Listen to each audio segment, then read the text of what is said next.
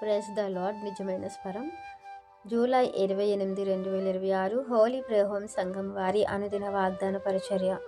మీ జీవము క్రీస్తుతో కూడా దేవుని యందు దాచబడి ఉన్నది. కొలసీలకు రాసిన పత్రిక 3వ అధ్యాయము 3వ వచనము.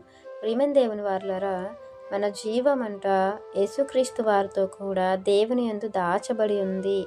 ఎలా అంటే మనము ప్రభువులో మృతి నొందాము, ప్రభువులో జన్మించాము, అంటే పాప విషయమై మృతి పొందాము, ప్రభువు నొప్పుకొని బాప్తిస్మము ద్వారా మరలా క్రొత్తగా జన్మించి ఉన్నాము. ఎప్పుడైతే మనము పరిశుద్ధులమయ్యామో ప్రభువులో, మన జీవము క్రీస్తు ఎక్కడైతే దేవుని కుడిపరుషమందు కూర్చొని ఉన్నారో అక్కడ దాచబడి ఉంది దేవుని దగ్గర అనేది మనకు వాక్యం తెలియపరచబడుతుంది. ఇప్పుడు ఆ జీవాన్ని మనం పొందుకోవాలంటే ఏం చేయమంటున్నారు అనేది మనము వాక్యంలో చూస్తే, మనం ఎలా అయితే యేసుక్రీస్తు ప్రభువులు వారు ప్రత్యక్షం అవుతున్నప్పుడు చూస్తామో, ఆయనతో కూడా మహిమయందు మనము కూడా ప్రత్యక్షం అవుతాము అనేది ఇక్కడ వాక్యం సెలవిస్తూ ఉంది.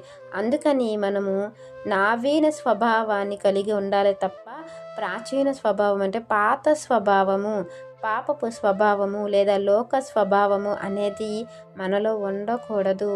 అది మనం విడిచిపెట్టి దానిని చంపి ఆ పాత స్వభావంలో మనము చనిపోయి క్రీస్తులో జన్మించి నవీన స్వభావము, పరిశుద్ధ స్వభావాన్ని కలిగి ఉన్నాము గనుక మన జీవం అనేది భద్రముగా దేవుని దగ్గర ప్రభువుతో పాటు దాచబడి ఉన్నది అనేది మనకు తెలుసు. అయితే ఇప్పుడు ఆ జీవం అనేది భద్రముగా ఉంది, దానికి నాశనము లేదు. ఎందుకంటే శాశ్వత లోకములో దేవుని యొద్ద అది దాచబడి ఉంది కాబట్టి. అందుకే మనమేం చేయాలంటే, మన జీవం పరమందు ఉంది, దేవుని దగ్గర క్రీస్తుతో పాటు ఉంది గనుక మనము పరసంబంధమైన వాటి గురించి ఆలోచించాలంట. భూ సంబంధమైన వాటి విషయమై మనం ఏమాత్రము మనసు పెట్టొద్దు అని వాక్యం సెలవిస్తుంది. ఎందుకంటే మనం మృతులమయ్యాం, మృతి నుండి సజీవులుగా పునరుద్ధానానికి వారసులుగా తిరిగి లేపబడ్డం ప్రభుతో పాటు. కాబట్టి ఆ రెండో జన్మానికి తగినట్లుగా అది పరసంబంధమైనది గనుక పరసంబంధమైన ఆ జన్మానికి తగినట్లుగా ఈ భూమి మీద బ్రతకాలని దేవుడు మనకు తెలియపరుస్తూ ఉన్నారు.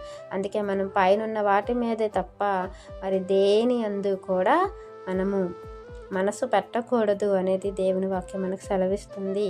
లేదు అనుకుంటే ఆ ఆత్మ, ఆ జీవం అనేది మనం పొందుకోలేమేమో అనే భయముతోనూ వణుకుతోనూ మనం ఈ భూమి మీద బ్రతకాలి అనేది దేవుని మరి మాటలు మనకు తెలియపరుస్తూ ఉండగా, దేవునితో పాటు క్రీస్తుతో పాటు ఆ ఆనంద లోకములో మనము నిత్యము జీవించే ఆ జీవితం కొరకు ఈ భూమి మీద ఉన్నటువంటి ఈ శరీరము, ఈ భూ సంబంధమైన మట్టి శరీరంకు ఉన్నటువంటి అవయవాలకు ఉన్నటువంటి కోరికలను మనం చంపుకోవాలని, వాటి జోలికి వెళ్ళకూడదని దేవుని వాక్యం సెలవిస్తుంది. మరి మన జీవాన్ని మనం పొందుకునే వరకు ఈ యొక్క శరీర సంబంధమైన ఆశలు, కోరికలు అన్నిటినీ కూడా చంపుకుంటూ పరసంబంధమైన వాటి కొరకు కనిపెడుతూ దేవుని కొరకు బ్రతకాలని ఈ వాక్యం మనందరి జీవితంలో దేవుడు ఫలింప చేయాలని ఆశిస్తున్నవారు దైవజనులు బ్రదర్ పి. నెహమ్యా గారు.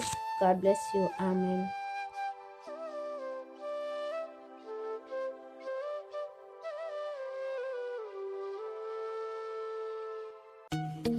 Hi friends, holy prayer home Gajuwaka Sangama వారు మాట్లాడిన విలువైన దేవుని సందేశములను మీరు వినటానికి మా యొక్క యూట్యూబ్ ఛానల్ హోలీ ప్రేయర్ హోమ్ను సబ్స్క్రైబ్ చేసుకొని పక్కనున్న బెల్ ఐకాన్ క్లిక్ చేయగలరు.